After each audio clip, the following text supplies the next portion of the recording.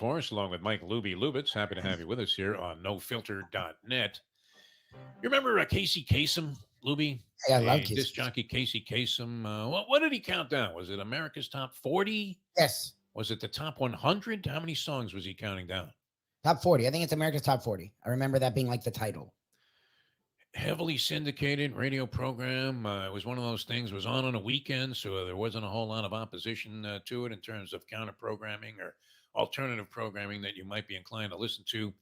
And no doubt, anybody that had a radio in their car or ever turned on a transistor at some point in time heard the great late Casey Kasem saying, "This is a song that we're going to dedicate to a little girl named Joan.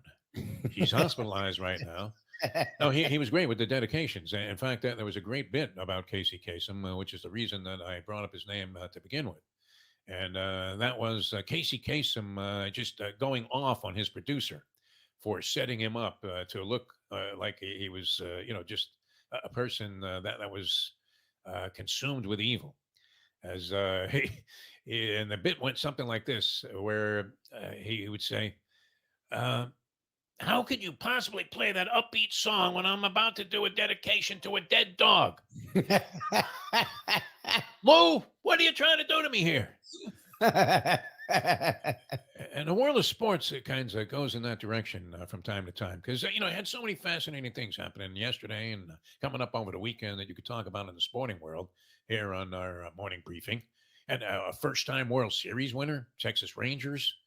They knocked off our Arizona Diamondbacks, who we had. And the worst thing that could ever happen to a human being in terms of being a degenerate, Louie, is to be shut out on a mind bet where you're not even going to bet real money. You guys know what I'm talking about, especially if you go to the racetrack where you say, yeah, I was going to bet 20 to win on the two, but and then before you could even think it, the race went off.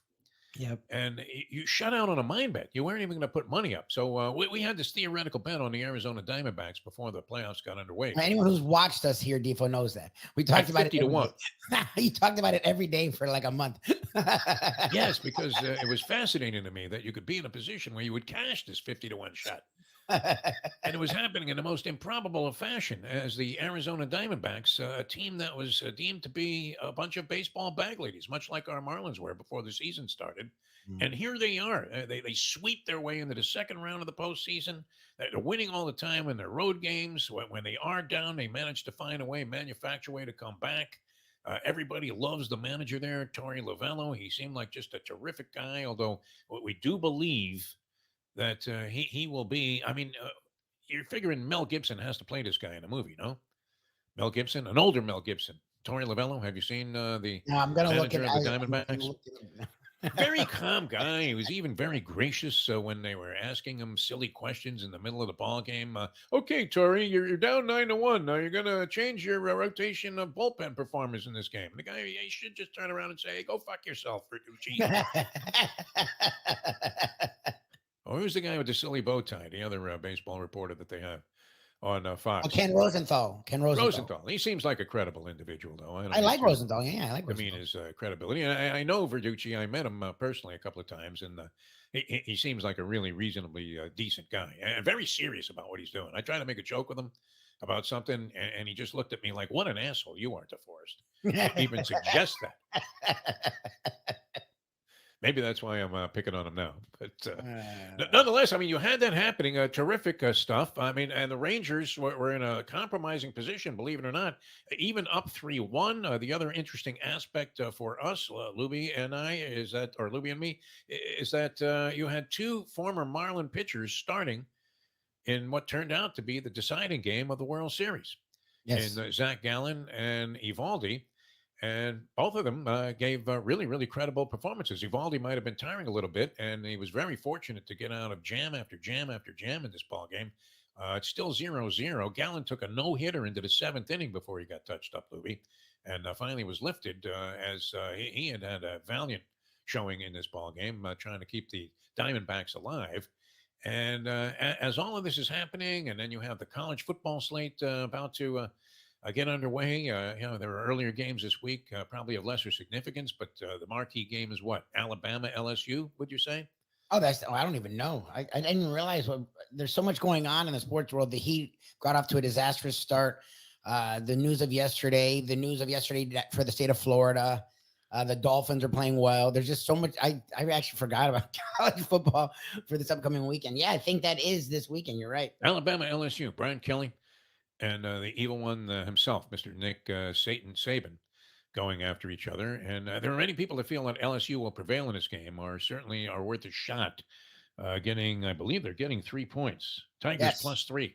Where is this? Is that Interesting. Alabama? So Who's that that up? game has to be in Tuscaloosa, Yeah. and they prevailed last year. LSU in the game, close ball game. Alabama, have they convinced you that they've righted the ship to the point They're where they beat better, but their LSU? offense isn't good. Like No. that's the thing is they're better. They run the ball. It's like it reminds me of an Alabama team in the 2010s before they got Lane Kiffin and Sark and they opened up the offense where they just ran the ball. They played good defense.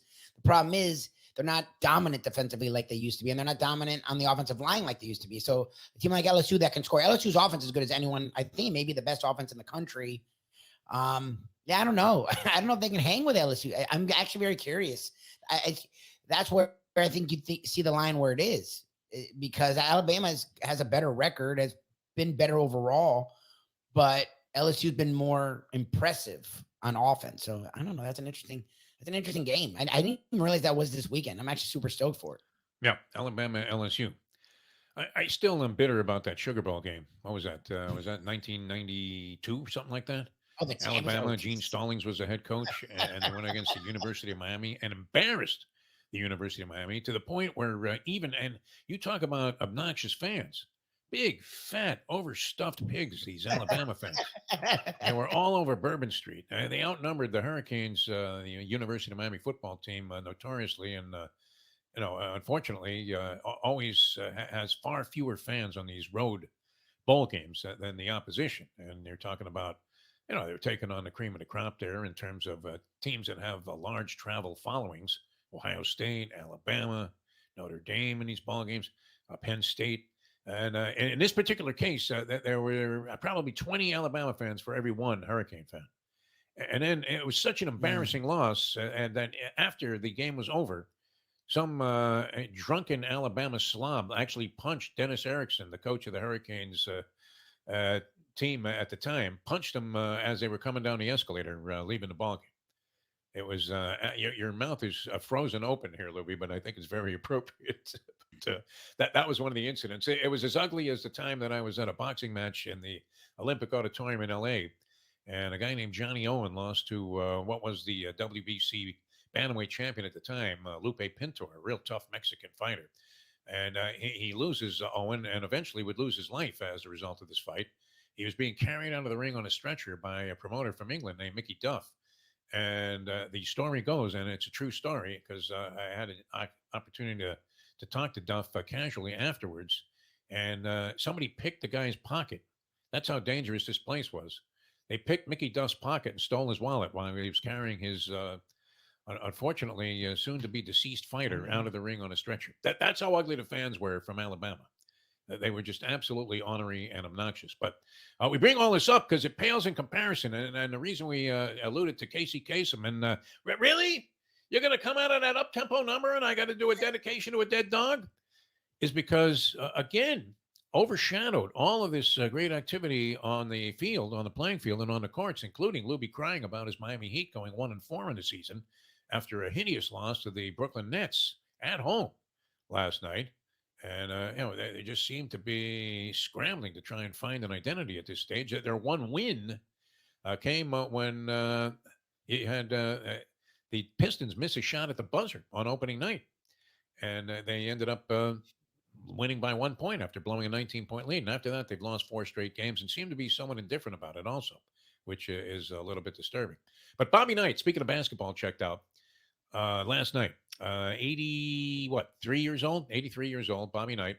What was your overall opinion, though, Libby, if you're still active here on this feed, of Bobby Knight as a head I'm coach? here. I'm here. I don't know what's going on. It's my internet. I don't know what the hell's going on here. I I know he was a great coach. I was there I started becoming a fan near the end of his career. the whole Neil Reed thing in the late '90s. So, and it was when coaching started to turn where you still had the old dog guy, salty dog guy, but we were starting to understand maybe you don't have to yell all the fucking time. Like you can just talk to your kids and coach them as opposed to screaming them and throwing chairs. So I had a mixed feeling. Like I held reverence for Bobby Knight, but I also thought he was sort of a psycho. Like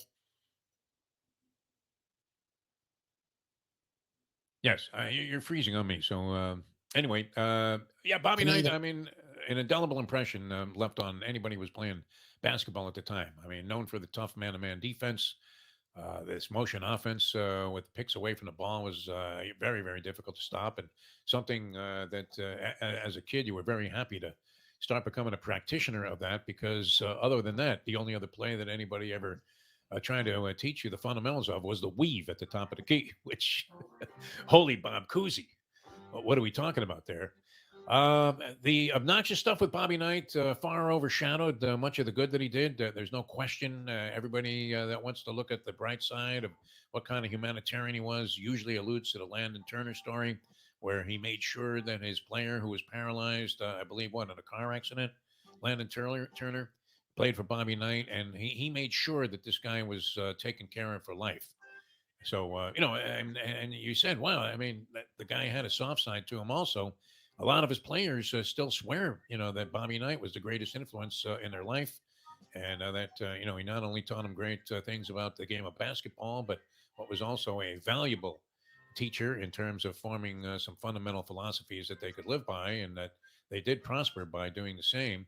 A lot of loyalty to Bobby Knight, and then the press saw him almost exclusively as a complete asshole, which may be what he's remembered for more. But in paying tribute to Bobby Knight, and it's interesting because I think the best thing he ever said was when he stood up at the press conference, alluding to his potential passing, and I'm paraphrasing here a little bit, but essentially said, "When I die, I hope they bury me upside down, so that everybody can just kiss my ass." my critics can kiss my ass.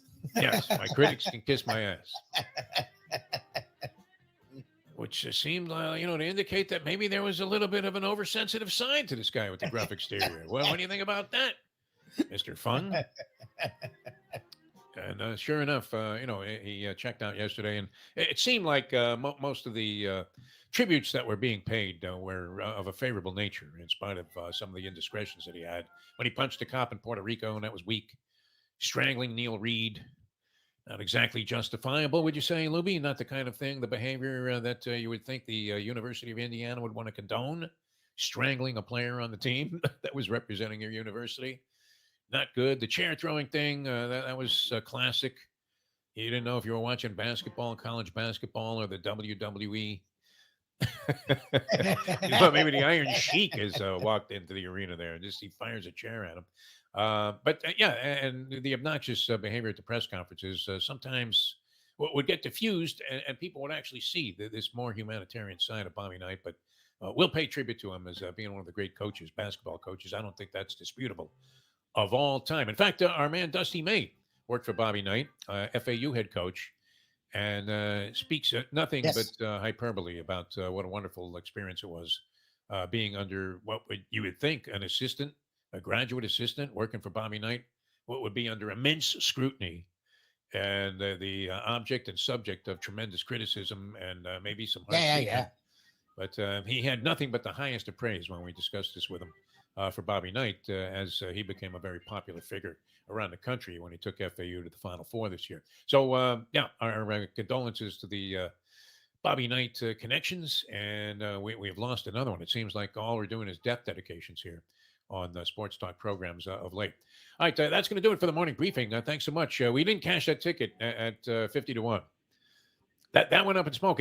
We were almost in a favorable position, Luby. The Arizona Diamondbacks, if they had gotten by the game last night, because Garcia was out and there was no chance of pitching Scherzer again in the series for the Texas Rangers, that they were going to be compromised, and you might have found Arizona in better shape tactically or fundamentally, that they could approach this thing from more of the standard that they were accustomed to in the regular season, while the Rangers were scrambling, but didn't go that way. Big explosion late in the ball game in the eighth inning by the Rangers, and they win it. Corey Seager, the MVP. Congratulations. Second time he's done that, World Series MVP.